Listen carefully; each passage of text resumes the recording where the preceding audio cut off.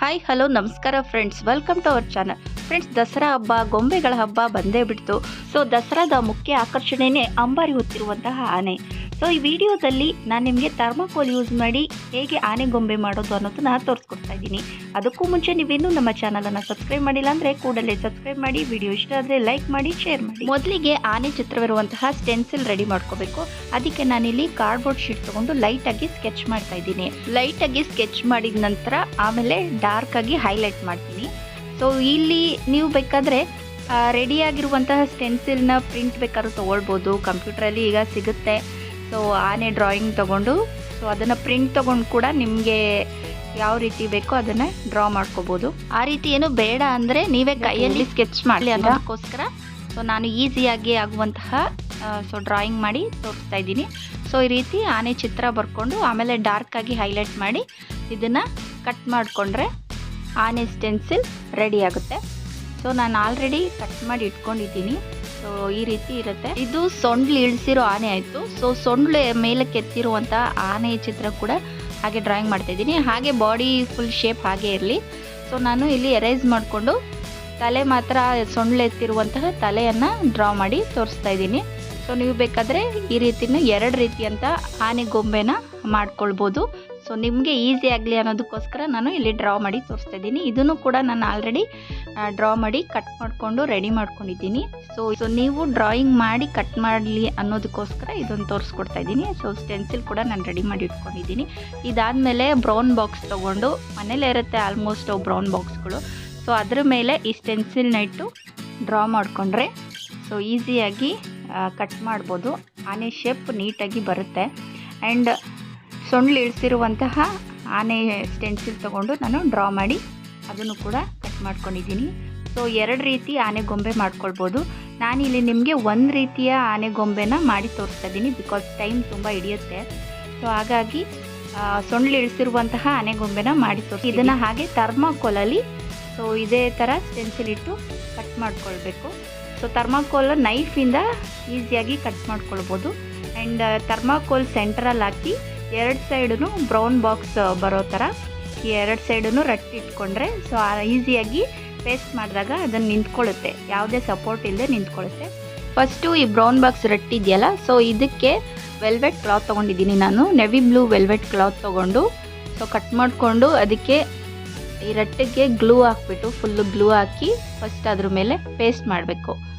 ಆ ನಂತರ ಪೇಸ್ಟ್ ಆದಮೇಲೆ ವೆಲ್ವೆಟ್ ಕ್ಲಾತ್ ಕೂಡ ನೀಟಾಗಿ ಪೇಸ್ಟ್ ಆಗಬೇಕು. ಬಿಕಾಸ್ ಆನೆ ಶೇಪ್ ಯಾವ ರೀತಿ ಇದೆ ಸೊ ಅದೇ ರೀತಿಲಿ ಕ್ಲಾತ್ ಪೇಸ್ಟ್ ಆಗಬೇಕು. ಇಲ್ಲಾಂದರೆ ಕ್ಲಾತು ಉಬ್ಕೊಳ್ಳೋದು, ಸೊ ಮೇಲೆ ಬಂದಿರೋ ರೀತಿ ಆಗುತ್ತೆ. ಸೊ ಹಾಗಾಗಿ ಎಕ್ಸ್ಟ್ರಾ ಕ್ಲಾತ್ನ ಫಸ್ಟು ಕಟ್ ಮಾಡ್ಕೊಂಡ್ಬಿಟ್ಟು ಆಮೇಲೆ ಆ ಶೇಪ್ ಪೂರ್ತಿ ಆನೆ ಶೇಪ್ ಇದೆಯಲ್ಲ ಸೊ ಅದ್ರ ಪೂರ್ತಿ ಸುತ್ತ ಚಿಕ್ಕ ಚಿಕ್ಕದಾಗಿ ಕಟ್ ಮಾಡ್ಕೊಳ್ಬೇಕು ಈ ಥರ. ಆಮೇಲೆ ಆನೆ ಮಧ್ಯೆ ಗ್ಯಾಪ್, ಕಾಲು ಮಧ್ಯೆ ಗ್ಯಾಪ್ ಕೊಟ್ಟಿದ್ದೀವಿ. ಸೊ ಅದನ್ನು ಕೂಡ ಕಟ್ ಮಾಡ್ಕೋಬೇಕು. ನಂತರ ಸೊಂಡಿಲ ಹತ್ರನೂ ಗ್ಯಾಪ್ ಕೊಟ್ಟಿದ್ದೀವಿ ಸ್ಟೆನ್ಸಿಲ್ಗೆ. ಸೊ ಅದನ್ನು ಕೂಡ ಕಟ್ ಮಾಡಿಕೊಂಡು ನೀಟಾಗಿ ಪೇಸ್ಟ್ ಮಾಡ್ಕೊಳ್ಬೇಕು. ಈ ರೀತಿ ಎಡ್ಜ್ಗೆ ಗ್ಲೂ ಹಾಕ್ಕೊಂಡು ಸೊ ಕಟ್ ಮಾಡಿರುವಂತಹ ಪೀಸಸ್ನೆಲ್ಲ ಅದಕ್ಕೆ ಪೇಸ್ಟ್ ಮಾಡಿದ್ರೆ ಪರ್ಫೆಕ್ಟಾಗಿ ಆನೆ ಶೇಪ್ ಕೂಡ ಕಾಣಿಸುತ್ತೆ. ಗ್ಲೂ ಹಾಕಿ ಪೇಸ್ಟ್ ಮಾಡುವಾಗ ಸ್ವಲ್ಪ ಹೋಲ್ಡ್ ಮಾಡಿ ಇಟ್ಕೊಂಡ್ರೆ ಸೊ ಅದು ನೀಟಾಗಿ ಸ್ಟಿಕ್ ಆಗುತ್ತೆ, ಸೊ ಆಚೆ ಬರಲ್ಲ. ಆ್ಯಂಡ್ ಸೊಂಡ್ಲ ಹತ್ರ ಕಾಲು ಮಧ್ಯೆ ಕೂಡ ಪೇಸ್ಟ್ ಮಾಡಿದ್ರೆ ಆನೆ ಪರ್ಫೆಕ್ಟಾಗಿ ರೆಡಿ ಆಗುತ್ತೆ. ಸೊ ಕ್ಲಾತ್ ಹಾಕಿ ಸ್ಟಿಕ್ ಮಾಡಾಯಿತು. ಇದಕ್ಕೆ ಡೆಕೋರೇಷನ್ ಮಾಡಬೇಕು. ಸೊ ಹಾಗಾಗಿ ನಾನು ಇಲ್ಲಿ ಲೇಸ್ ತೊಗೊಂಡಿದ್ದೀನಿ. ಸೊ ಬ್ಲೌಸ್ ಎಲ್ಲ ಡೆಕೋರೇಟ್ ಮಾಡುವಂತಹ ಲೇಸ್ ತೊಗೊಂಡು ಸೊ ಕಟ್ ಮಾಡಿಕೊಂಡು ಅದು ಕಾಲು ಲೆಂತ್ ನೋಡಿಕೊಂಡು ಆನೆ ಸುತ್ತ ಎಲ್ಲೆಲ್ಲಿ ಬೇಕೋ ಅಲ್ಲಂಗೆ ಮಾತ್ರ ಸೊ ಲೇಸ್ ಹಾಕಿ ಸ್ಟಿಕ್ ಮಾಡ್ತಿದ್ದೀನಿ.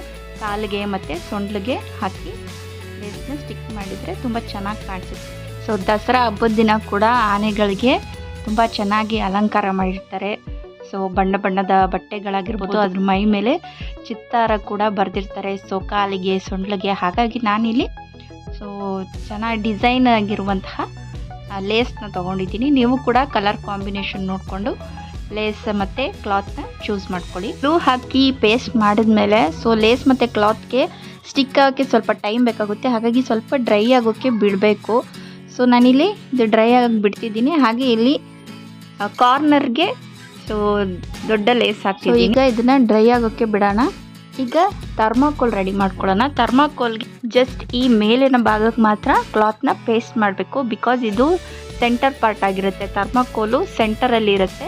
ಸೊ ಹಾಗಾಗಿ ಜಸ್ಟ್ ಈ ಭಾಗಕ್ಕೆ ಮಾತ್ರ ನಾನು ಕ್ಲಾತ್ನ ಪೇಸ್ಟ್ ಮಾಡ್ತಾ ಇದ್ದೀನಿ. ಇಲ್ಲಿಂದ ಇಲ್ಲಿವರೆಗೂ ಪೂರ್ತಿ ಅಂಟಿಸ್ಕೊಳ್ಬೇಕು ಕಾಣಿಸುತ್ತೆ. ಇದನ್ನ ಡ್ರೈ ಆಗಕ್ಕೆ ಬಿಡೋಣ.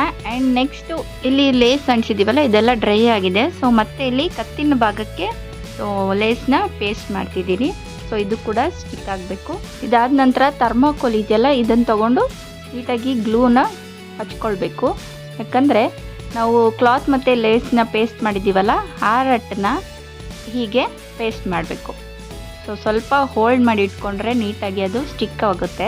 ಆನಂತರ ಥರ್ಮಾಕೋಲ್ ಭಾಗಕ್ಕೆ ಈ ಸೆಂಟರ್ ಪಾರ್ಟ್ ಇದೆಯಲ್ಲ, ಗ್ಯಾಪ್ ಇರುವಂತಹ ಭಾಗಕ್ಕೆ ಸ್ವಲ್ಪ ಕ್ಲಾತ್ ಹಾಕಿ ಪೇಸ್ಟ್ ಮಾಡ್ಕೋಬೇಕು. ಬಿಕಾಸ್ ಸೆಂಟ್ರಲ್ಲಿ ಥರ್ಮಾಕೋಲ್ ವೈಟ್ ಕಾಣಿಸುತ್ತೆ, ಹಾಗಾಗಿ ಕ್ಲಾತ್ನ ಸ್ಟಿಕ್ ಮಾಡ್ತಾ ಇದ್ದೀನಿ, ಆಗ ಕಾಣಿಸಲ್ಲ. ಆ್ಯಂಡ್ ಇನ್ನೊಂದು ಸೈಡ್ ಕೂಡ ಗ್ಲೂನ ಹಚ್ಕೊಂಡು ಸೊ ಇನ್ನೊಂದು ಡೆಕೋರೇಟಿವ್ ಕ್ಲಾತ್ ಮತ್ತು ಲೇಸಿಂದ ಡೆಕೋರೇಟ್ ಮಾಡಿರುವಂತಹ ರಟ್ಟನ್ನ ಪೇಸ್ಟ್ ಮಾಡಿದ್ರೆ ಈ ರೀತಿ ರೆಡಿ ಆಯಿತು. ಈಗ ಆನೆ ಕಿವಿ ರೆಡಿ ಮಾಡ್ಕೊಳ್ತಿದ್ದೀನಿ. ಸೊ 2 ಪೀಸಾಗಿ ಕಟ್ ಮಾಡಿಕೊಂಡು ಒಂದು ಸೈಡು ಆನೆ ಕಿವಿ ಬಟರ್ಫ್ಲೈ ಶೇಪ್ ಬರಬೇಕು, ಹಾಗಾಗಿ ಈ ರೀತಿ ಕಟ್ ಮಾಡಬೇಕು. ಇನ್ನೊಂದು ಸೈಡು ಸೊ ಯು ಶೇಪಲ್ಲಿ ಕಟ್ ಮಾಡಬೇಕು, ಆಗ ಆನೆ ಕಿವಿ ರೆಡಿ ಆಗುತ್ತೆ. ಇದಕ್ಕೂ ಲೇಸ್ ಹಾಕಿ ಡೆಕೋರೇಟ್ ಮಾಡಿದ್ರೆ ತುಂಬ ಚೆನ್ನಾಗಿ ಕಾಣಿಸುತ್ತೆ. ನಾನು ಆಲ್ರೆಡಿ ಲೇಸ್ ಹಾಕಿ ರೆಡಿ ಮಾಡಿಕೊಂಡು ಇದನ್ನು ಪೇಸ್ಟ್ ಮಾಡಬೇಕಷ್ಟೆ. ಅದಕ್ಕೂ ಮುಂಚೆ ಸೊ ಆನೆಗೆ ಶಾಲು, ರಂಗಿನ ಶಾಲು ಹೊದಿಸಿರ್ತಾರೆ. ಸೊ ಅದನ್ನು ಕೂಡ ನಾನಿಲ್ಲಿ ಲೇಸ್ ಅಂಟಿಸ್ಕೊಂಡು ರೆಡ್ ಕಲರ್ ತೊಗೊಂಡಿದ್ದೀನಿ ಕ್ಲಾತ್. ರೆಡ್ ಕಲರ್ ಕ್ಲಾತ್ಗೆ ಗೋಲ್ಡನ್ ಲೇಸ್ ಅಂಟಿಸಿದ್ದೀನಿ. ಸೊ ಇದನ್ನು ಇಲ್ಲಿ ಆನೆ ಬೆನ್ನಿಗೆ ಸೊ ಶಾಲ್ನ ಹಾಕ್ತಾಯಿದ್ದೀನಿ. ಸೊ ಪೇಸ್ಟ್ ಮಾಡ್ತಾಯಿದ್ದೀನಿ ಗ್ಲೂ ಹಾಕಿ. ಸೊ ಇದು ಕಾಂಬಿನೇಷನ್, ಕಲರ್ ಕಾಂಬಿನೇಷನ್ ಚೆನ್ನಾಗಿ ಕಾಣಿಸುತ್ತೆ. ನೀವು ಕೂಡ ಸೊ ಅಟ್ರಾಕ್ಟಿವ್ ಆಗಿರುವಂತಹ ಕಲರ್ ಕಾಂಬಿನೇಷನ್ ಚೂಸ್ ಮಾಡ್ಕೊಳ್ಳಿ. ಆ್ಯಂಡ್ ಇಲ್ಲಿ ಆ ನಂತರ ಶಾಲ್ ಹಾಕಿದ ನಂತರ ಕಿವಿನ ಪೇಸ್ಟ್ ಮಾಡ್ತೀನಿ. ಯಾಕಂದರೆ ಕಿವಿ ಹಿಂಭಾಗದಲ್ಲಿ ಶಾಲ್ ಹಾಕೋದು ಬೇಕು. 2 ಸೈಡ್ ಕಿವಿ ಸ್ಟಿಕ್ ಮಾಡಿದ ನಂತರ ಆನೆ ಸೊಂಡ್ಲಿಗೆ ಡೆಕೋರೇಟ್ ಮಾಡಬೇಕು. ಸೊ ಈ ರೀತಿ ಕ್ಲಾತ್ನ ತಗೊಂಡು ಕಟ್ ಮಾಡಿಕೊಂಡು ಇದಕ್ಕೆ ಲೇಸ್ನಿಂದ ಡೆಕೋರೇಟ್ ಮಾಡ್ತಾಯಿದ್ದೀನಿ. ದಸರಲ್ಲಿ ಕೂಡ ಆನೆಗಳು ಎಷ್ಟು ಚೆನ್ನಾಗಿ ರೆಡಿಯಾಗಿರ್ತವೆ. ಸೊ ಎಷ್ಟು ಚೆನ್ನಾಗಿ ಅದನ್ನು ರೆಡಿ ಮಾಡಿರ್ತಾರೆ. ಬಣ್ಣ ಬಣ್ಣದ ಚಿತ್ತಾರ ಬಿಡಿಸಿರ್ಬೋದು, ಸೊ ಸೊಂಡ್ಲಿಗಾಗಿರ್ಬೋದು, ಕಿವಿಗಳಿಗಾಗಿರ್ಬೋದು, ತುಂಬ ಚೆನ್ನಾಗಿ ಡೆಕೋರೇಟ್ ಮಾಡಿರ್ತಾರೆ ಆನೆ. ಸೊ ನೋಡೋಕ್ಕೆ ಕಂಗೊಳಿಸ್ತಾ ಇರುತ್ತೆ ದಸರಾ ದಿನ ಆನೆಗಳು. ಸೊ ಇಲ್ಲಿ ಕೂಡ ಲೇಸ್ನ ಸ್ಟಿಕ್ ಮಾಡಬೇಕು. ಸೊ ಗ್ಲೂ ಹಚ್ಚಿ ಸೊ ಲೇಸ್ನ ರೆಡಿ ಮಾಡ್ಕೊಳ್ತಾ ಇದ್ದೀನಿ. ಇದನ್ನು ಡ್ರೈ ಆಗೋಕ್ಕೆ ಬಿಡಬೇಕು. ಅಷ್ಟರಲ್ಲಿ ನಾವು ಆನೆಗೆ ಕಣ್ಣನ್ನು ರೆಡಿ ಮಾಡ್ಕೊಳ್ಳೋಣ.